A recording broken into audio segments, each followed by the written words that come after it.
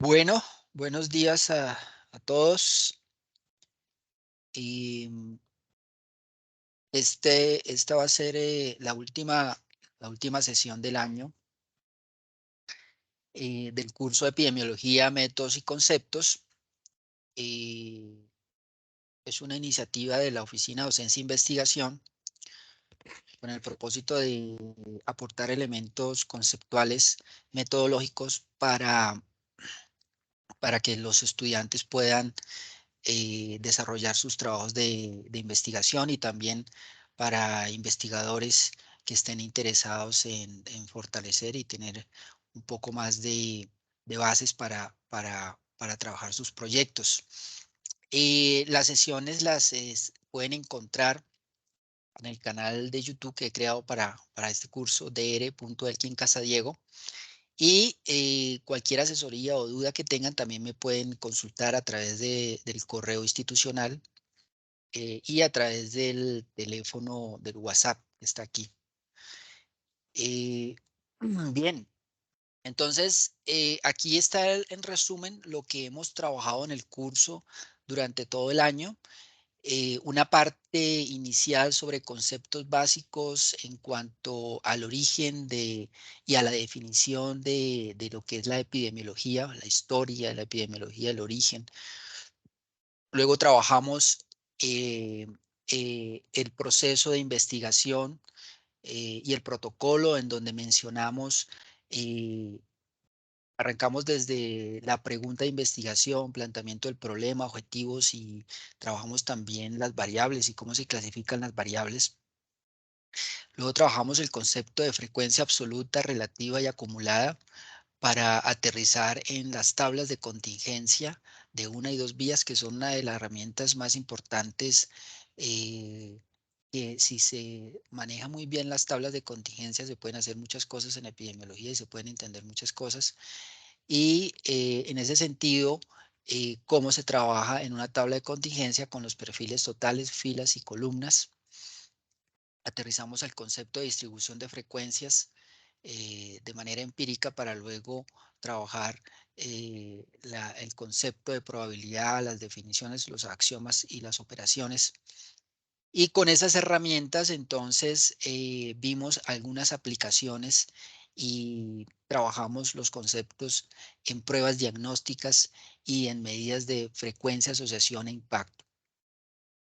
Eh, y en la sesión de hoy vamos a completar el ciclo con validez, con el concepto de validez. En la sesión pasada trabajamos el concepto de contrafactual, que es el concepto base sobre lo cual separa la causalidad en estadística y en epidemiología, y que nos permiten entender precisamente toda la relación y de asociaciones y en el contexto de la causalidad.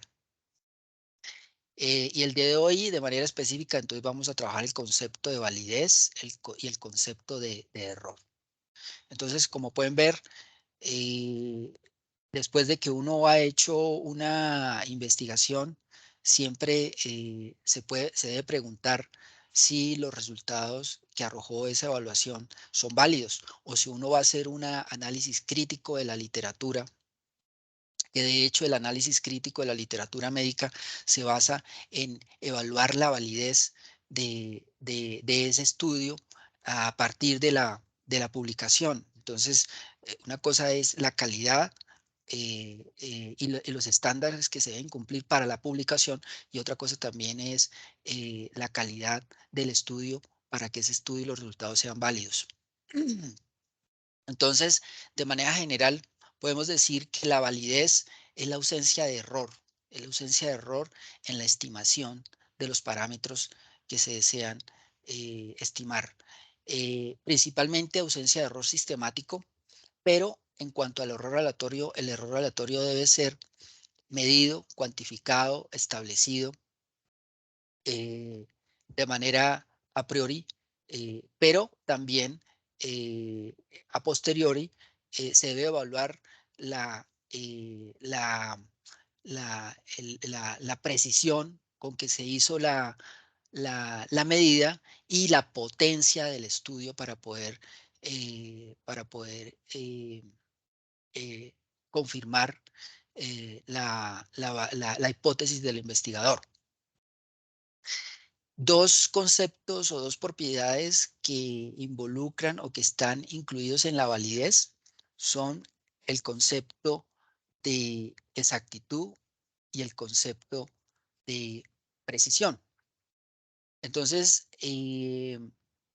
siempre esos dos conceptos están de la mano en el concepto de validez. De tal manera que aquí tenemos una diana.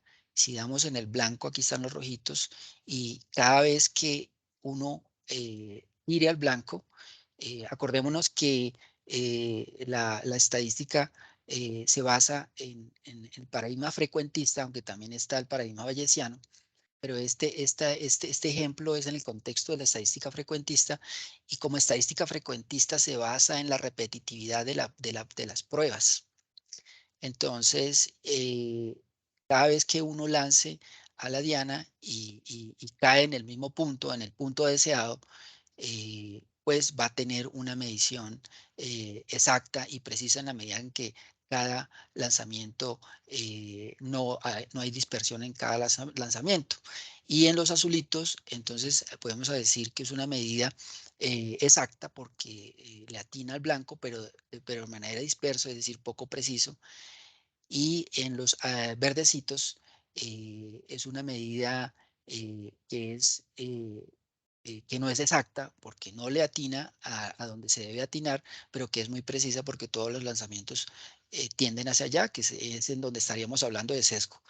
Y en los naranjas es una medida que no es ni preciso ni es exacta. Entonces es de manera intuitiva poder captar el concepto de exactitud y precisión en la validez de las mediciones. Dos tipos de validez. Se habla de validez interna y validez externa. La validez interna es aquella que es propia o de la estructura del estudio en cuanto a que no se cometieron errores en la selección de los participantes ni en la medición de las variables comprometidas, y tampoco en la comparabilidad de los grupos. Cuando hablamos de comparabilidad de los grupos, se refiere a que las condiciones o las características basales de cada grupo sean muy similares para que la exposición y el desenlace que se están viendo puedan efectivamente en una eventual asociación ser atribuida a esa relación y no a otros factores externos. Y la validez externa, que se refiere a que los resultados en una población blanca, obtenidos a partir de una población blanca, puedan ser extrapolados a otros contextos con similares características. De ahí que en este momento se habla de la ciencia translacional, ¿cierto? Cómo podemos llevar los resultados que se obtienen en las ciencias básicas y también en epidemiología, pero en condiciones controladas, a condiciones distintas, similares, en contextos similares y con eh, poca o escasa control de las condiciones. Se llama ciencia translacional, que se basa en la validez externa de los estudios. La condición para que haya validez externa de un estudio es que exista validez interna, es decir, si el trabajo está bien hecho, si el trabajo está bien hecho en tanto a calidad del trabajo, se apliquen las herramientas metodológicas, el diseño y las herramientas metodológicas adecuadas, y se mide el error de la medición del estudio. Entonces, en esa medida, una buena validez interna da pie para que haya una validez externa.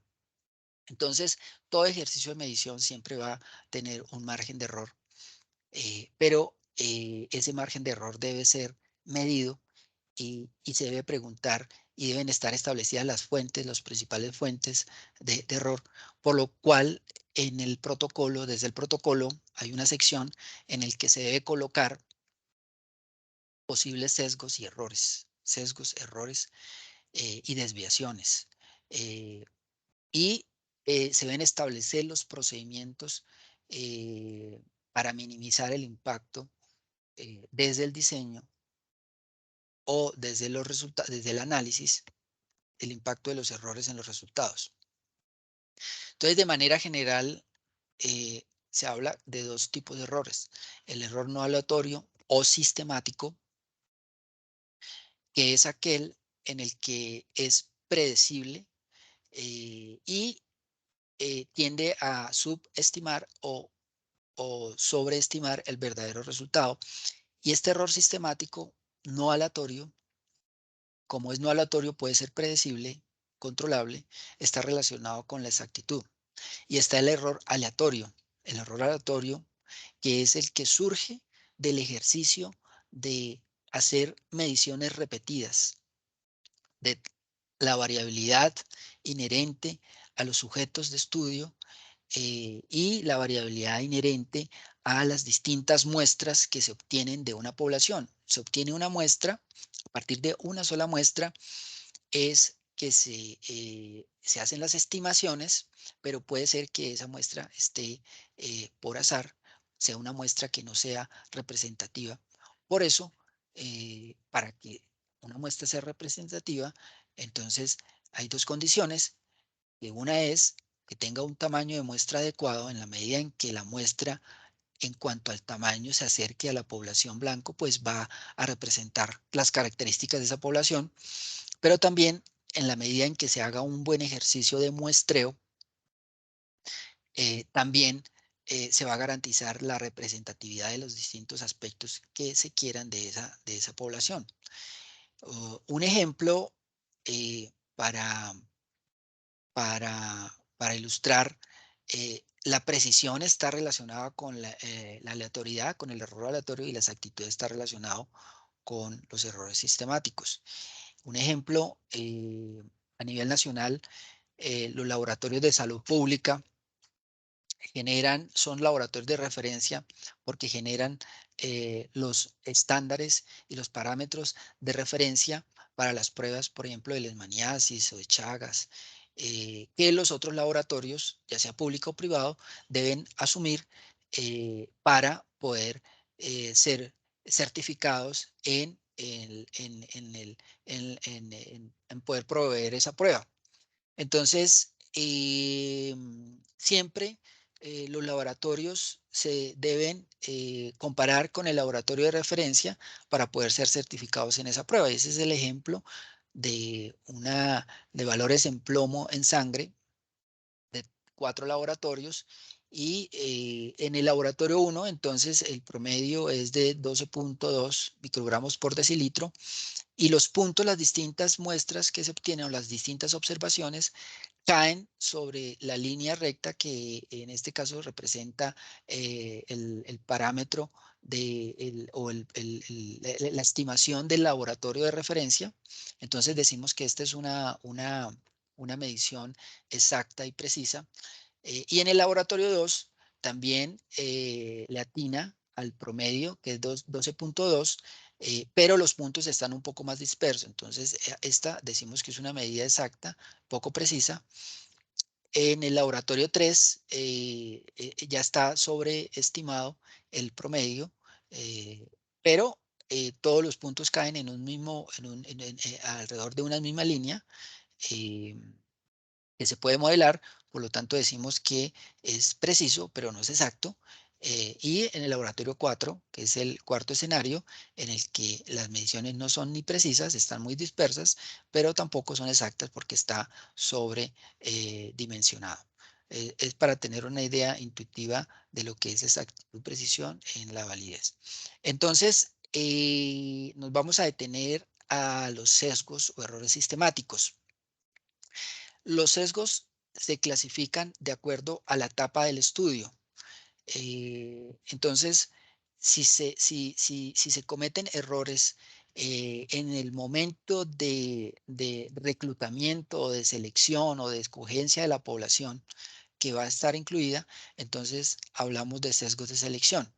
Si se cometen errores durante el proceso de medición de las variables que están comprometidas en cuanto a la medición de la exposición, de las covariables y del desenlace, entonces hablamos que son sesgos de información. Y si hay errores porque hay una distribución desigual de las variables basales, o de las características basales que estén comprometidas con el desenlace, entonces decimos que son sesgos de confusión, y en este caso los sesgos de confusión son distorsiones que malinterpretan o que no permiten interpretar adecuadamente una cadena causal que se esté analizando.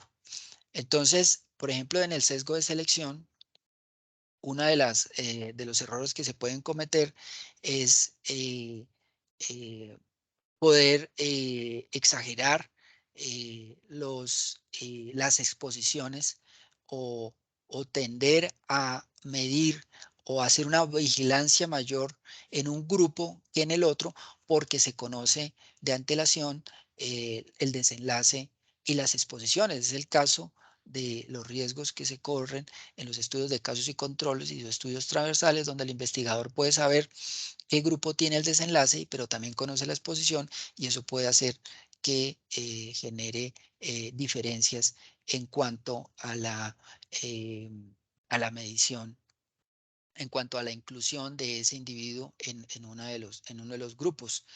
Em, Se tiene también que en los estudios a veces las poblaciones que se obtienen o que se van a comparar se tienen a partir de poblaciones distintas, de poblaciones blancas distintas, y ese es el caso de los estudios de casos y controles. Un ejemplo clásico de cómo se puede sesgar un estudio de casos y controles, porque la población desde donde se obtuvieron los casos es distinta a la población basal de donde se obtuvieron los controles, es este estudio publicado en el New England Journal de 1981 por Brian McMahon. Brian McMahon y su equipo eran unos destacados epidemiólogos de Harvard que publicaron libros, son los libros clásicos que todo epidemiólogo o todo aquel que quiera saber de epidemiología debe conocer. Y ellos hicieron un estudio para determinar la relación de ciertos factores, incluido el café, con el cáncer de páncreas. Entonces ellos incluyeron a 369 pacientes con cáncer de páncreas y más o menos el doble de los controles, 644, y evaluaron esas variables: tabaco, alcohol, consumo de té y de café. En este estudio, entonces, ellos encontraron una fuerte asociación entre el consumo del café y el cáncer de páncreas, después de hacer ajustes por sexo y por fumar cigarrillo. Eh, y, y también encontraron, es decir, la asociación fue tan fuerte que también encontraron un efecto de gradiente, porque dependiendo del número de copas, de tazas de café que se consumían, a medida que consumían más tazas de café, veían que la asociación aumentaba con el cáncer de páncreas.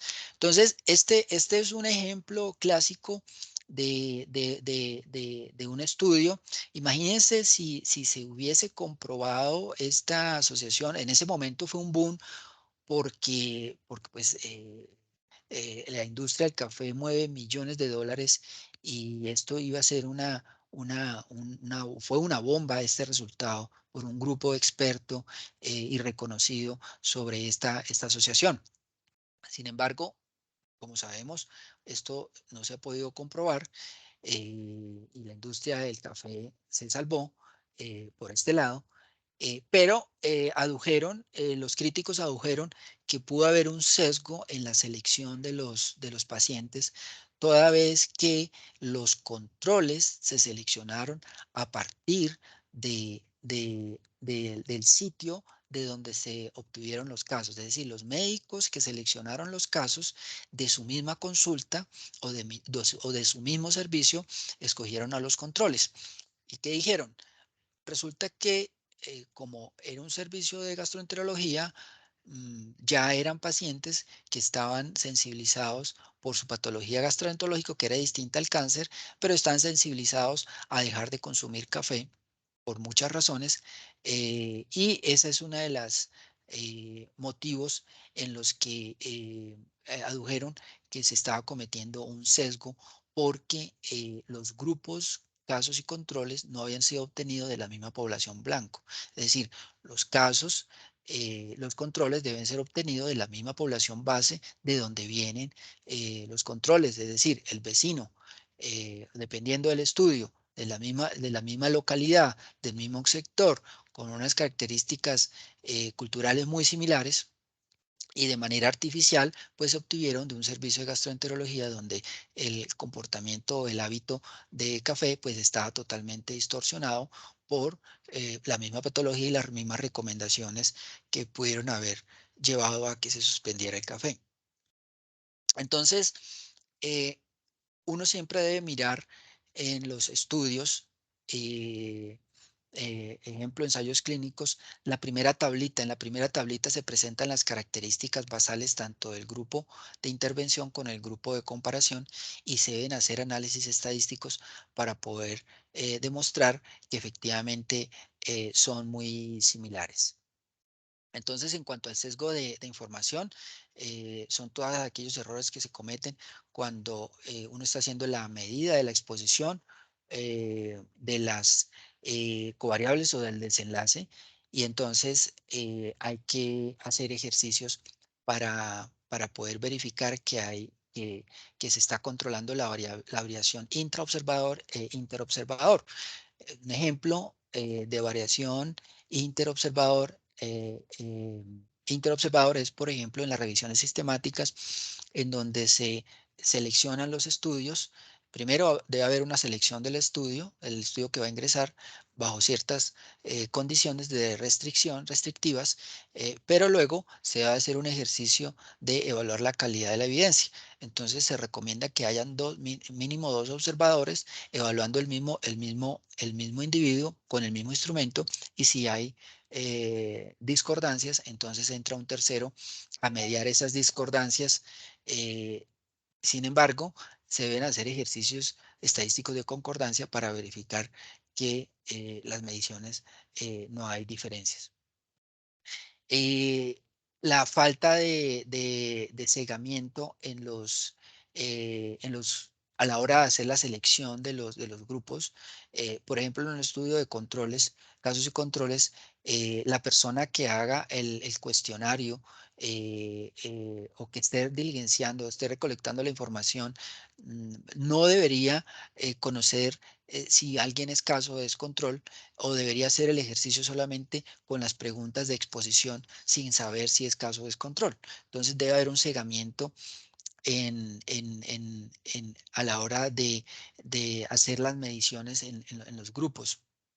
En el momento de que haya procesamiento o en la etapa de procesamiento de los datos, debe haber en la base de datos ejercicios de validación, eh, ya sea por mallas validadoras o, o tomando una muestra y verificando la concordancia entre variables. Es decir, si aparece un menor de edad, pues esa edad debe ser contrastada con un documento de identidad que no puede ser una cédula, sino puede ser, dependiendo de la edad, una tarjeta de identidad o un registro civil. Entonces, hay herramientas, hay ejercicios de concordancia, de consistencia entre variables a la hora de hacer el procesamiento de una base de datos. En cuanto a la medición, al instrumento que se está utilizando, entonces pueden haber problemas de memoria, sobre todo en los cuestionarios, o de comprensión del cuestionario, y, o de sesgos a la hora de cómo se hace el cuestionario a la persona. En el caso de variables o de instrumentos para detectar biomarcadores, pues se pueden presentar errores tanto desde la obtención, conservación, procesamiento de la muestra. Los instrumentos pues deben estar calibrados, el peso del tensiómetro, el termómetro deben estar calibrados, y cuando se aplican pruebas diagnósticas, pues el clínico debe saber cuál es la sensibilidad y la especificidad de esa prueba, porque dependiendo de eso, pues le va a dar un resultado y una interpretación. En cuanto al sujeto, pueden haber errores de memoria, sencillamente de motivación o de fatiga, o falta de entrenamiento para contestar un cuestionario, o que hay un incentivo de manera diferencial para que se responda o se participe, o muchas veces la información no la da el mismo paciente, sino que lo da un familiar y eso puede generar variabilidad a la hora de recolectar la información. En general, toda medición debe hacerse bajo las mismas condiciones y debe ser repetible esas condiciones. Cuando hay cortes, pueden haber pérdidas de seguimiento y el riesgo es que los pacientes que se hayan perdido puede que tengan un pronóstico distinto a los pacientes que se quedaron y eso también se tiene que entrar a controlar cuando los proyectos o las cohortes son muy largas en el tiempo, entonces pueden haber cambios en cuanto a cómo se mide la exposición o cambios en la misma exposición, cambios en los instrumentos, cambios en los conceptos que puede hacer que eso pueda generar variaciones. Eh, un ejercicio para que pues veamos cómo puede impactar la medición diferencial en los grupos, que es una medición diferencial, que yo estoy aplicando un cuestionario a casos y controles, pero a los casos yo les pregunto más, o los explico más, o les amplío más. Los casos de por sí pues tienen muchos eventos de exposición ya más toreados, más frescos por el mismo proceso de la enfermedad que los controles. Les pregunto menos a los controles o las preguntas no se las profundizo o no se las matizo a los controles y se las matizo, se las muestro de distinta manera, les explico más.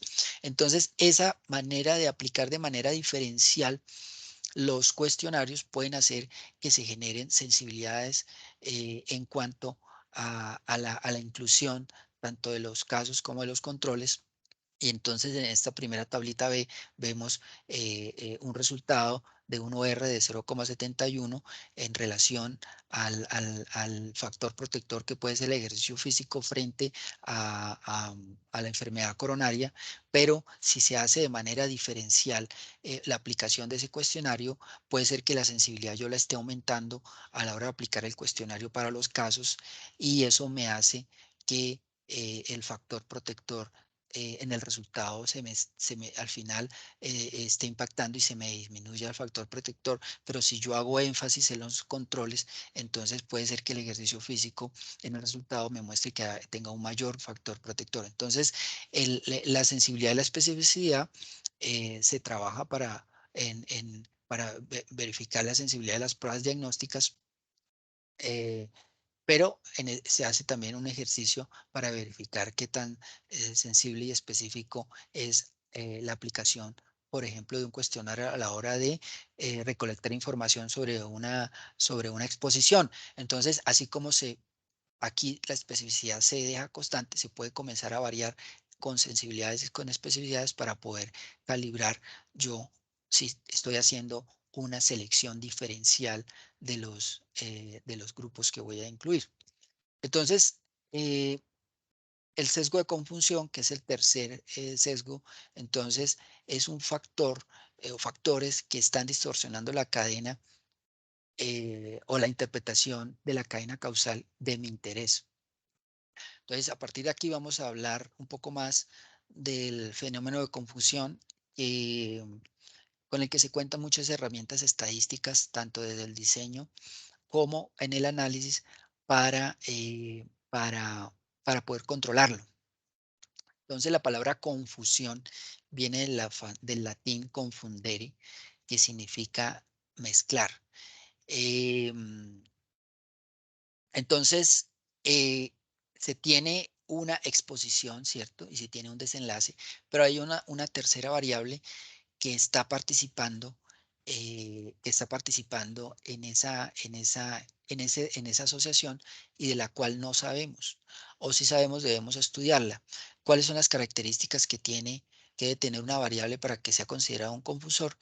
La primera es que ese confusor se asocia causalmente con la enfermedad, puede estar asociado o no con la exposición y no hace parte de la secuencia intermedia de causalidad entre la exposición y la enfermedad.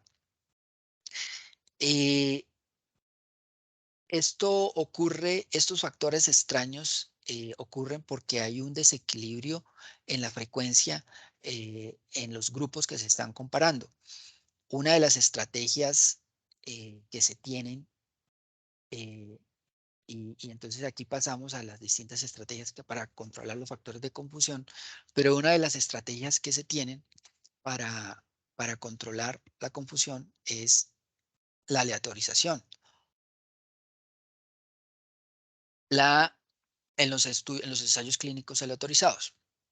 ¿Y por qué es una estrategia en la fase de diseño? ¿Por qué? Porque es que al, al, al aleatorizar, al yo aleatorizar el individuo si va para el grupo control o para el grupo de intervención, de manera por azar, las características basales de los individuos, y entre más muestra tengo yo, pues esa distribución va a ser más homogénea, me va a garantizar la aleatorización que esas características se van a distribuir de manera homogénea, excepto la variable que yo estoy controlando, que es la variable de intervención, porque no estoy haciendo una intervención y en el otro no estoy haciendo una intervención.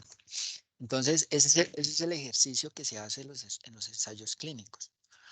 Pero como no es posible hacer ensayos clínicos en todos los estudios, entonces hay otras estrategias en los estudios observacionales para poder controlar los factores de confusión desde el diseño. Una es la restricción, es decir, generando unas claras criterios de inclusión y de exclusión que le permita a uno reclutar el tipo de persona y el tipo de población de interés y eliminar variables que puedan generar ruido.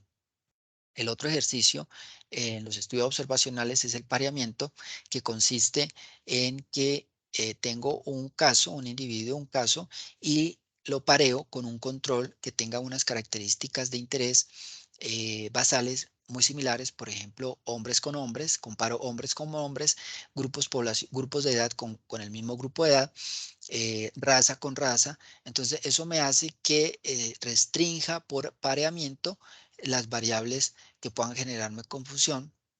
Por eso tengo que tener claro desde el marco teórico cuáles pueden ser esas variables y tampoco puedo sobreparear el estudio porque entonces cada variable que se paree es una variable que yo pierdo para hacer el análisis. Entonces, que se pareen tres o cuatro, máximo cuatro variables, está bien, pero eso me da libertad para poder analizar el resto de variables. Y las variables por las que yo paré es porque tengo una certeza a priori de que van a afectar los resultados. En el análisis, entonces, se pueden hacer otro tipo de ejercicios, como por ejemplo la estandarización. La estandarización, por ejemplo, en el caso se pueden hacer estandarizaciones estadísticas. Hay muchas metodologías. Por ejemplo, la propensity Score es una metodología en la que se le da un peso a las variables de manera estadística y a partir de ahí se generan las comparaciones.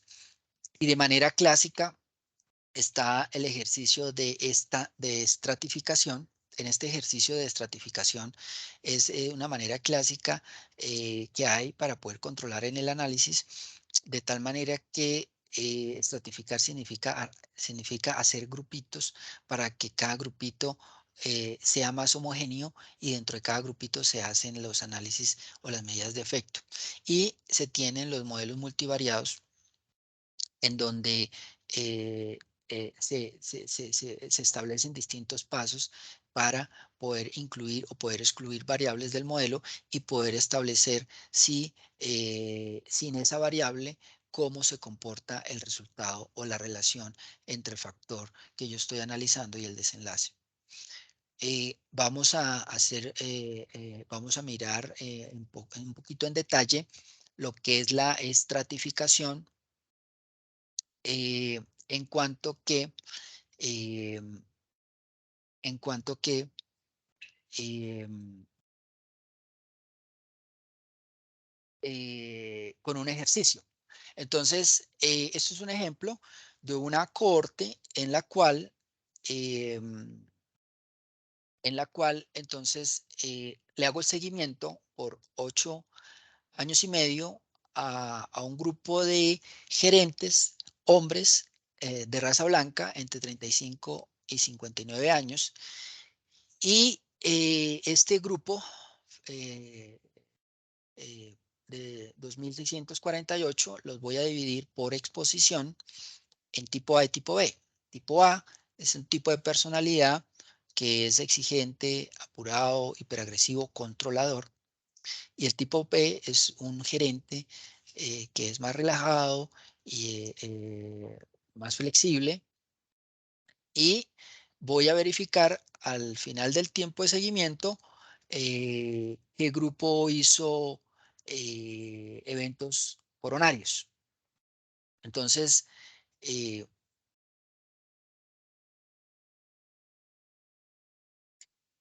la primera pregunta que yo me hago es ¿cuál es la incidencia en el grupo tipo A y cuál es la incidencia en el grupo tipo B? Y obteniendo la incidencia, obtengo el RR. Para eso, entonces, llevamos los datos a una tabla de contingencia y entonces vamos a calcular la incidencia en el grupo A, que es en el denominador. Entonces son todos los expuestos en este grupo y en el numerador es el número de eventos cardiovasculares y en la incidencia en el grupo B, entonces lo mismo, los expuestos, 1.341, y el numerador es el número de casos. Entonces me da que la incidencia es de 0,14 en tipo A y en tipo B me da 0,06 y hago el riesgo relativo 0,14 sobre 0,06 y me da un riesgo relativo de 2,3. Entonces, con este análisis yo puedo decir, sí, efectivamente, la tabla me muestra, el resultado me muestra que el comportamiento tipo A tiene un mayor riesgo de hacer eh, eventos cardiovasculares que el comportamiento o personalidad tipo B. Pero la pregunta que yo me debo hacer es, ¿le voy a creer a esos resultados? ¿Esos resultados son válidos? O sea, tengo que hacer un ejercicio de validez de resultados. Eh, ¿Será que ese resultado es un resultado puro o que hay otras variables que puedan estar involucradas en esa cadena de causalidad de la personalidad a, eventos cardiovasculares? Entonces, vamos a ver si de pronto el fumar está involucrado en esa cadena de causalidad y eh, si el evento es o porque es un comportamiento, es por el tipo de personalidad o porque es otra variable, en este caso es fumar. Entonces, lo que hacemos es generar, esto se llama estratificar, entonces lo que hacemos es generar unos grupitos más pequeños para poder hacer los análisis al interior. Entonces, ya este grupo de fumadores es un grupo más homogéneo y se distingue de este grupo de no fumadores. Entonces, vamos a mirar en cada grupo cómo se comporta la asociación entre la exposición, que en este caso es la personalidad, el tipo A o tipo B, y el evento y el desenlace. Entonces, acá en esta primera parte, entonces tenemos el RR crudo 2,6 y vamos a mirar la incidencia ajustada entre los fumadores y la incidencia ajustada entre los no fumadores y los fumadores. Y le llamamos ajustada porque se ajusta por la variable por la variable que estamos sospechando que puede estar interviniendo también en la cadena causal. Entonces, en los no fumadores tenemos que son tipo A, entonces tenemos que la incidencia, en este caso, es en los no fumadores 10 sobre 210, son los casos que ocurrieron en la exposición tipo A sobre el total de casos que estuvieron expuestos, 0,04, y en el tipo B hacemos el mismo ejercicio en los no fumadores, 45 sobre 1.130, y ese nos da 0,04. Hacemos el mismo ejercicio en los fumadores, entonces 168 sobre 1.048 y en los tipo B 34 sobre 216 Y vemos que la incidencia en tipo A en los fumadores es la misma que la incidencia en tipo B en los no fumadores. Entonces, ¿qué está pasando acá? Pues que dentro de cada grupito, la exposición, es decir, el tipo de personalidad, no nos está, el tipo de personalidad no nos está generando los eventos cardiovasculares porque la incidencia tanto para A como para B es la misma. Lo mismo está ocurriendo en el grupo de los no fumadores. Entonces, si no es el tipo de personalidad, entonces muy probablemente el hábito de fumar es el que está influyendo finalmente en este resultado crudo que dimos acá entre el tipo A y el tipo B. Y ahora bien, ¿por qué ocurre el fenómeno de confusión? ¿Qué es lo que está pasando? Entonces, eh, podemos ahora organizar la tablita ya no por grupo fumador y no fumador, sino dentro de cada patrón de comportamiento podemos mirar cuál es la frecuencia de los fumadores y los no fumadores y hacemos lo mismo en el patrón de comportamiento tipo B, cuál es la frecuencia entre fumadores y no fumadores. Y aquí a simple vista entonces vemos que el grupo de fumadores es mucho mayor que el de no fumadores en el caso del comportamiento tipo A. Entonces,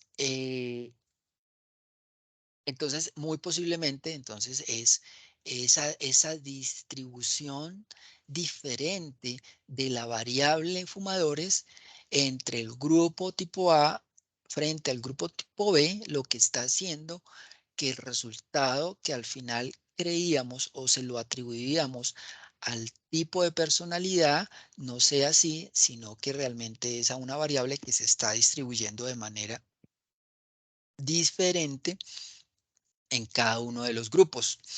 Y la pregunta ahora que viene es, ¿y por qué esa variable se distribuyó de manera diferente? Entonces, puede ser que sea una variable que efectivamente dentro de la población blanco se comporte de esa manera, que los que tienen personalidad tipo A fumen más que los que tienen personalidad tipo B y sea la realidad, o puede ser que en el proceso de selección se haya hecho un sesgo y se esté involucrando más fumadores en el comportamiento de tipo A, y eso es lo que hay que evaluar a la hora de poder dar un resultado y poder decir de por qué está ocurriendo este fenómeno de confusión. Entonces, eh,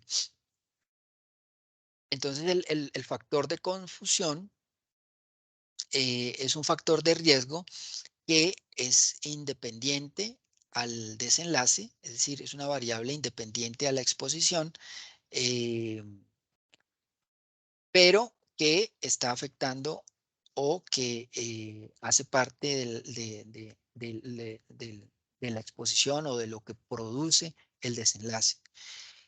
Entonces, en resumen, ¿qué es el fenómeno de confusión? Entonces, es una atribución equivocada de una asociación observada. Es decir, en este caso, estábamos atribuyéndole de manera equivocada y de manera distorsionada que el tipo de comportamiento era el que producía el infarto, y no era así, era el hábito de fumar.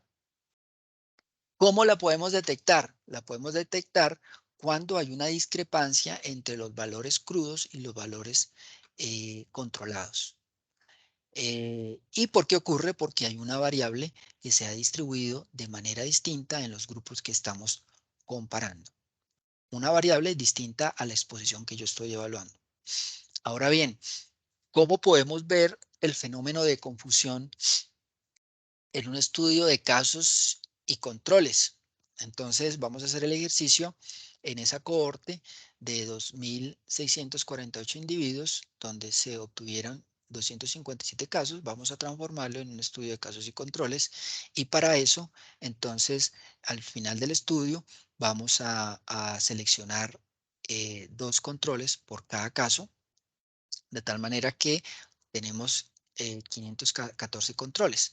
Eso nos da una proporción del 21% de controles en toda la muestra de 2.648. Entonces lo hicimos con RR, ahora lo vamos a hacer con OR, ¿cierto? Aquí está la tablita original de la cohorte y aquí está en azul nuestra tablita de casos y controles, en donde en esta fila de controles entonces le aplicamos el 21% de la muestra original para poder obtener esos controles y poder hacer el ejercicio de caso control, hacer el análisis de factor de confusión en un estudio de caso control. Calculamos entonces el OR de esta tablita. Recordemos que para calcular el OR hay dos formas. Entonces, la multiplicación cruzada, 178, lo multiplicamos por 271 y 243 por 79 y nos da 2.5. Esto también lo podemos hacer en cuanto que 178 P sobre 243 Q, ¿cierto? Acordémonos que un odds es la probabilidad de que ocurra sobre la probabilidad de que no ocurra. Como es el mismo denominador, simplemente 178 sobre 243 en los expuestos, y hacemos lo mismo en los no expuestos, y entonces ese es el segundo odds. El primer odds en los expuestos y el segundo odds en los no expuestos. Al final, si ustedes ven acá, nos va a dar este mismo resultado. 2.5. Entonces decimos que sí hay una asociación. En este estudio de casos y controles hay una asociación entre la exposición, que es el tipo de personalidad, y el evento tipo A y el evento cardiovascular. Y podemos hacer análisis aquí de prevalencia. No, realmente no. ¿Por qué? Porque los controles son una muestra que se obtuvieron a partir de la misma cohorte relacionado con los casos, por lo tanto, la prevalencia no es el estudio adecuado para estudiar la prevalencia, porque los casos fueron totalmente seleccionados. No fue lo que se obtuvo en la población, sino fueron casos seleccionados para hacer el estudio. Ahora bien, ¿cómo vamos a saber? Vuelve la pregunta, ¿será que este resultado de 2.5 es válido? Para eso, entonces, hacemos el mismo ejercicio que hicimos con la cohorte y hacemos grupitos entre fumadores y no fumadores y vamos a ver qué resultados se obtuvieron. Entonces, el OR para fumadores, ¿cierto? Comparando tipo A con tipo B, entonces nos da 1, ¿cierto? Que es 168 sobre 189 dividido 34 sobre 38, o también se puede hacer cruzado, nos da 1. Para el caso de los fumadores, entonces esta asociación también nos da 1. Luego, como generamos grupitos más homogéneos y dentro de cada grupito más homogéneos evaluamos nuestra exposición, y esa evaluación nos da de que no hay una asociación con el desenlace, podemos decir que efectivamente ahí hay un factor de confusión, y que en cuanto a creer que es la exposición o el tipo de personalidad la que está produciendo el desenlace. Eso lo podemos comprobar y podemos comparar los fumadores tipo A, esta columna, fumadores tipo A, con los que no fuman tipo A, ¿cierto? Con esta columna, y nos da un OR de 4.8, pero también lo podemos hacer los fumadores tipo B con los no fumadores tipo B y nos da un OR de 4.6, o podemos hacer los fumadores tipo A frente a los fumadores tipo A frente a los no fumadores tipo B. Entonces, antes estábamos en este OR y en este estábamos comparando tipo A con tipo A, fumadores versus no fumadores. Ahora estamos comparando tipo A frente a tipo B, fumadores, no fumadores, y en todo nos da que sí hay una asociación, y indudablemente, como hemos eliminado el factor de exposición, nos quedamos que es el fumar lo que genera esa asociación con eventos o lo que explica el mayor número de casos es el hecho de fumar y no en sí el tipo de personalidad tipo A. Entonces, como ustedes pueden ver, en este ejemplo, la asociación desaparece, ¿cierto? Inicialmente había una asociación entre la exposición y tipo A versus tipo B, pero al hacer el análisis de cuál es la confusión, desapareció en la evaluación final. Pero puede ser que no desaparezca, ¿cierto? Si no desaparece, el fenómeno si no desaparece la asociación inicialmente que se, que se creía entre la exposición y el factor, entonces puede ser que ese valor de OR final esté estructurada o eh, esté conformada por dos tipos de asociaciones, la asociación de la exposición y la asociación del confusor. Esas dos pueden estar aportando eh, efecto para el efecto final. Entonces, ¿cómo sabemos cuándo, eh, qué de, cuál es la participación de uno y cuál es la participación del otro en el resultado final? Entonces, vamos a citar un ejemplo. eh, Esto es un ejemplo, todos estos son ejemplos académicos. Entonces, vamos a mirar si tener o no agua potable puede estar asociado con el cáncer de colon. Si no tener agua potable es un factor de riesgo para cáncer de colon. Entonces, tenemos nuestra tablita de contingencia, expuestos, no expuestos. No expuestos es no tener agua potable, cáncer de colon y no cáncer de colon. Calculamos el OR y nos da 4.5. La pregunta que nos debemos hacer es, ¿ese resultado realmente es cierto o hay algunas otras variables que pueden estar involucradas? En este caso vamos a mirar si es lo mismo, si este resultado se sostiene para las personas que viven en la ciudad frente a las personas que viven en, eh, en zona rural. Entonces, hacemos el mismo ejercicio de organizar grupos homogéneos, separamos los rurales de los urbanos y aquí está el crudo y los vamos a comparar. Entonces, en lo rural obtenemos que el OR es de 2 y en lo urbano obtenemos que el OR es de 2 y en crudo obtenemos que es 4.5. Entonces, acá aparece una asociación con una variable rural y urbano en el que eh, se estaba una asociación que es moderada, al mirarlo en la asociación cruda, pues está sobredimensionando o se está haciendo más fuerte. Por lo tanto, esta asociación, este OR, es un OR compuesto entre esta variable, ¿cierto? Que la vamos a llamar variable de confusión y la variable de exposición. ¿Y cuánto le corresponde a cada uno? ¿Cuánto le corresponde a cada uno?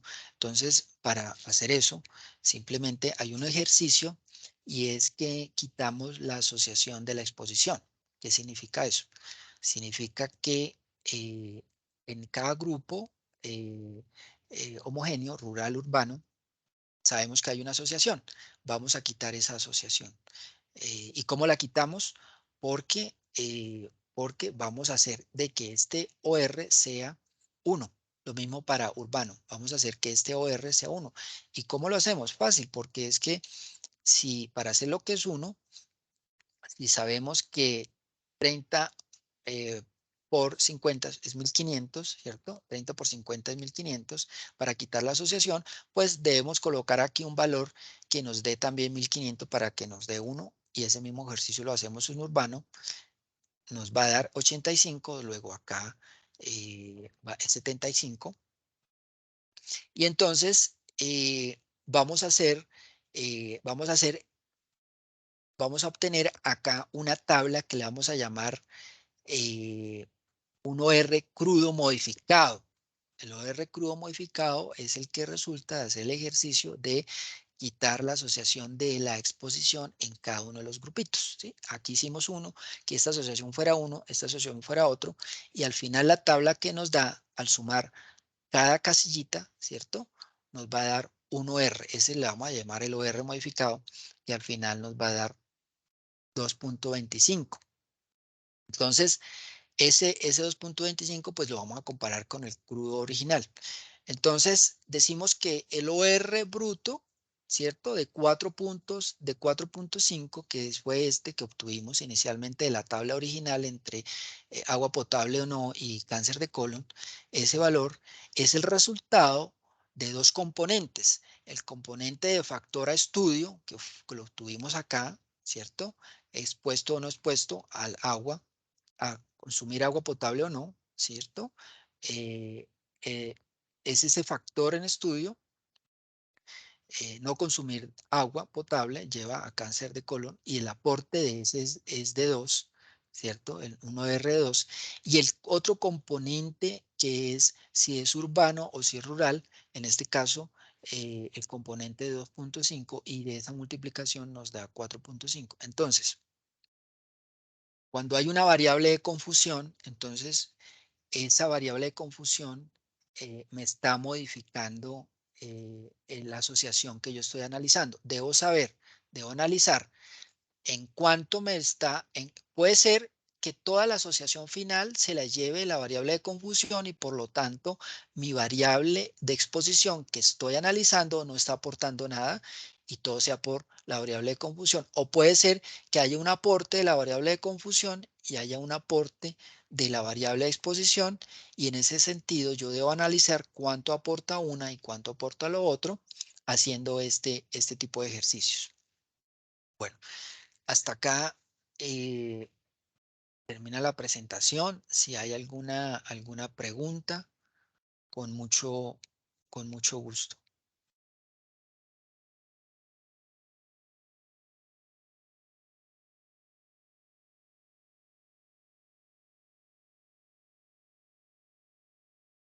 Entonces, recordemos, vimos, vimos el concepto de validez, validez interna, validez externa, el concepto de error, error sistemático, error aleatorio, y dentro del tipo de error sistemático, entonces los errores sistemáticos o sesgos se clasifican en sesgos dependiendo de la etapa del estudio.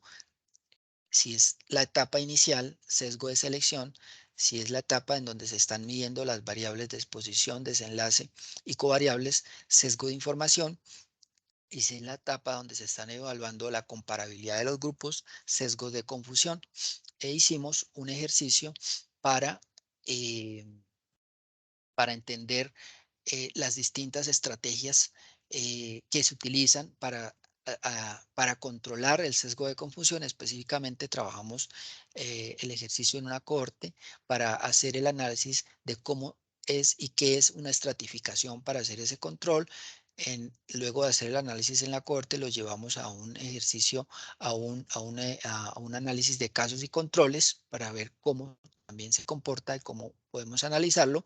Y finalmente establecimos que cuando se hace un análisis de confusores se debe establecer en en la asociación bruta cómo está compuesta esa asociación, que depende del confusor y que depende de la variable de asociación que estamos finalmente analizando.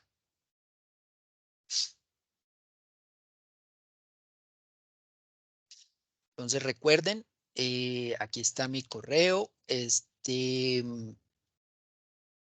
Eh, voy a,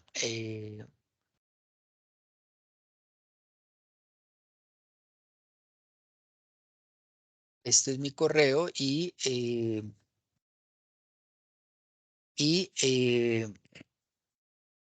pueden, no sé si se está viendo mi correo y también lo voy a subir en el canal de YouTube, DR Elkin Casadiego. Me pueden escribir por mi WhatsApp y yo les mando el link del canal y ahí pueden consultar estas charlas. ¿Aló? Si hay alguna otra pregunta, si hay algo, si hay dudas. ¿Están dormidas? Muchas gracias. Muchas gracias. Vale. Gracias. Bueno, hasta luego. Hasta luego, doctor. Gracias, doctor. Hasta luego. Listo. Gracias, doctor. Listo, Cami, gracias. Comenzamos en febrero las próximas charlas. Claro que sí, estamos en contacto para el otro mes. Listo. Chao a todos.